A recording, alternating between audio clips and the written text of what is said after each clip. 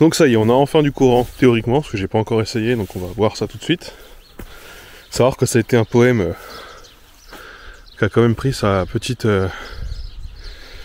durée en son petit temps. Je pense que je vous en parlerai précisément des étapes qu'il faut avoir pour pouvoir avoir du courant sur un chantier, puisque ça a été vraiment compliqué. Mais en attendant de parler de tout ça, de tout ce qui nous a emmené jusqu'à cette étape finale, ou quasi finale, eh bien on va essayer.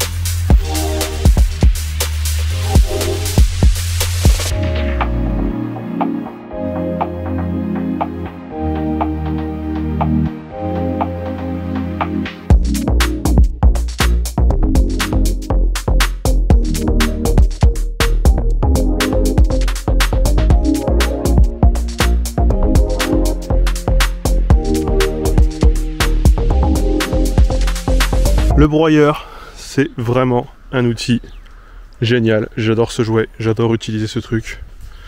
C'est extrêmement satisfaisant, mais il y a quand même quelques trucs à savoir. Premièrement, ça coûte entre 150 et 200 €.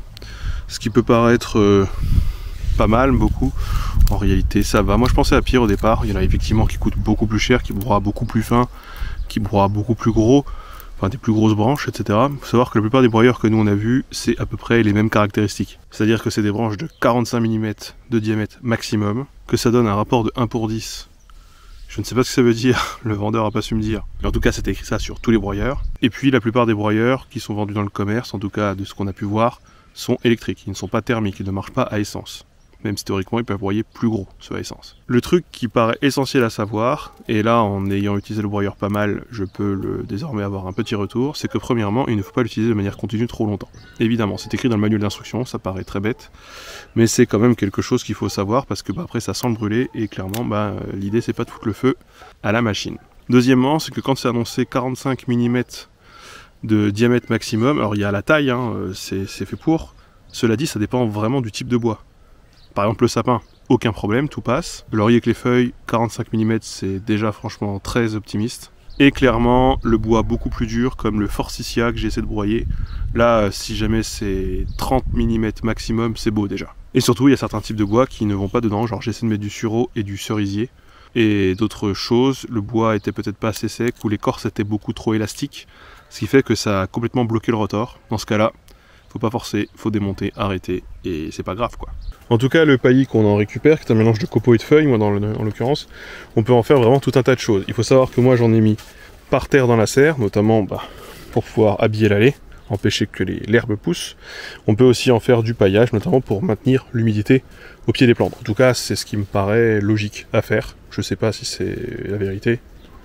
On verra. C'est typiquement ce que j'ai fait ici dans la serre au pied du bambou parce que j'ai un problème d'évaporation dans la serre. Dès l'instant que j'arrose des plantes, eh bien tout s'évapore quasiment instantanément. Évidemment parce qu'il fait très très chaud. Et pour pallier à ce problème, eh bien je paille le pied des plantes qui sont déjà sorties de terre. C'est aussi ce que j'ai fait avec ce qui est, je crois, un mûrier ou un cassissier ou un bail du genre. C'est aussi ce que j'ai fait avec le rosier ici, là pareil, l'arbre à baie, je sais plus lequel c'est, et le photinia. Et aussi, j'ai fait une petite allée, voilà, pour dessiner le chemin. Et évidemment, si je peux me permettre de faire tout ça, c'est parce que j'ai des quantités et des quantités de copeaux et de bois à broyer. J'ai vraiment pas fait, je pense, la moitié de ce que j'ai à faire, même pas, j'ai dû faire un tiers. J'en ai tiré 6 ou 7 bacs, ce qui fait des gros sacs de... J'ai fait un sac et demi de 50 litres, donc j'ai fait 75 litres de copeaux et de feuilles, ce qui est... Ouais, ce qui est vraiment pas mal quoi. Bon, nous sommes quelques jours plus tard. Et du coup, petit bilan sur ce qui est en train de pousser ou pas, sachant que ça fait 10 jours qu'il fait beau, ça fait 10 jours qu'ils annoncent de la pluie et qu'à chaque fois, il ne pleut pas. Et donc, grosso modo, il n'y a que le chanvre qui pousse, évidemment, que le chanvre. Il pousse très très bien. Le bambou aussi. Le reste n'a pas levé, à part un tournesol là, ici. Le reste ne lève juste pas du tout. C'est même que les graines n'ont pas levé. Mais qui s'en fout, est-ce que ça ne vous intéresse pas plutôt de savoir comment j'ai fait pour obtenir de l'électricité sur le chantier? Eh bien, tout a commencé par un premier appel de ma part, et cet appel, je l'ai fait auprès d'Enedis. J'ai donc passé un petit moment au téléphone avec un des conseillers pour faire une demande de compteur. Durant cet appel, on m'a posé une question à laquelle je n'avais pas de réponse. La question était, pour quand sera le consuel? Le consuel étant la validation de la fin de l'installation électrique neuve de la maison, j'ai répondu, logiquement, pas avant 1 an. Là, on me dit en gros qu'on va me rappeler, mais évidemment, ce n'est pas le cas. Après un petit moment sans nouvelles, je tente donc un deuxième appel. Là, le conseiller Enedis me dit qu'il faut remplir un dossier en ligne par étapes.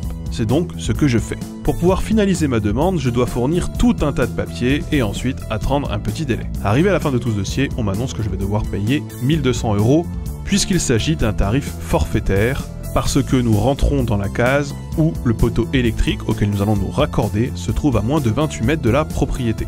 Bref, à la fin de tout ce dossier, on m'annonce qu'on va me rappeler. Mais voilà, 1 mois plus tard, eh bien, toujours pas de nouvelles. Je décide donc, pour la 3e fois, de rappeler.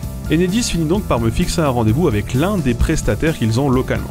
Et là, 1 semaine plus tard, effectivement, le prestataire arrive, le prestataire envoyé par Enedis. C'est une meuf mandatée pour me dire « Oui, effectivement, on vous confirme que le courant sera tiré à ce poteau-là qui est dans le coin de votre propriété. » Ce rendez-vous prend donc 5 minutes, elle repart, mais là, elle me dit que ce n'est pas eux qui de toute façon fourniront l'électricité, et ça, eh bien, je n'étais pas au courant. Elle m'annonce en gros que je vais devoir me débrouiller avec un fournisseur d'électricité, et sans trop me fouler, eh bien, je décide d'appeler EDF.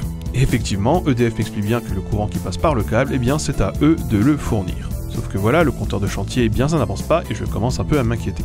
Alors je rappelle Enedis pour la 4e fois et on m'annonce que mon dossier est en attente. Alors je ne comprends pas en attente de quoi, je leur pose la question et là ils me demandent pour quand est le consuel, question à laquelle j'avais déjà eu le droit. Je leur réponds donc ce que je leur avais déjà répondu, pas avant 1 an. Et là ils m'expliquent qu'en fait, un dossier ne peut pas rester autant de temps ouvert, qu'ils vont me rembourser la somme que j'ai dû avancer, mais qu'ils prévoiront bien eux-mêmes l'intervention technique qui normalement aurait dû être commandée par mon fournisseur d'électricité et pas par moi-même en tant que personne. Et là je commence effectivement à être un peu perdu dans toutes ces démarches. Bref, je fais avancer le raccordement provisoire, qui sera donc fait quand même au final par Enedis, mais qui doit passer via un fournisseur d'électricité. J'ai donc un peu court-circuité les choses telles qu'elles auraient dû se passer, mais comme de toute façon, vous l'avez bien compris, j'ai passé beaucoup de temps à poireauter, et bien j'ai eu tout à fait raison. À ce stade donc, normalement, tout est censé s'emboîter parfaitement. Sauf qu'un jour, je reçois un mail et un SMS me disant que d'ici 4 jours, Enedis viendra faire le raccordement.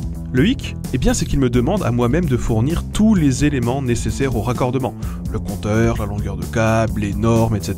Il me donne toute une feuille explicative et toute une feuille de normes à laquelle, finalement, je ne comprends pas grand-chose. Bref, ni le fournisseur d'électricité, ni Enedis ne fournissent le compteur qu'il faut faire installer à sa charge en sollicitant un électricien.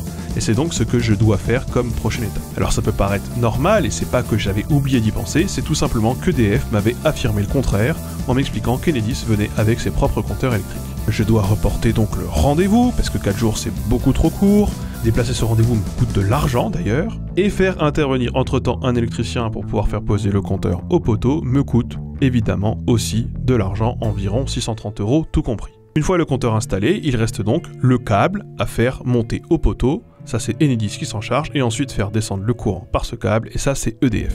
Normalement, après l'intervention de l'électricien, ça aurait dû prendre que quelques jours, et au final, ça a quand même pris 2 bonnes semaines après une relance de ma part. Et donc, au final, il a fallu attendre 3 mois de démarches, en tout et pour tout, ponctué d'un certain nombre d'appels téléphoniques pour avoir de l'électricité. Et tout ce parcours, mine de rien, eh bien il n'a pas été si simple.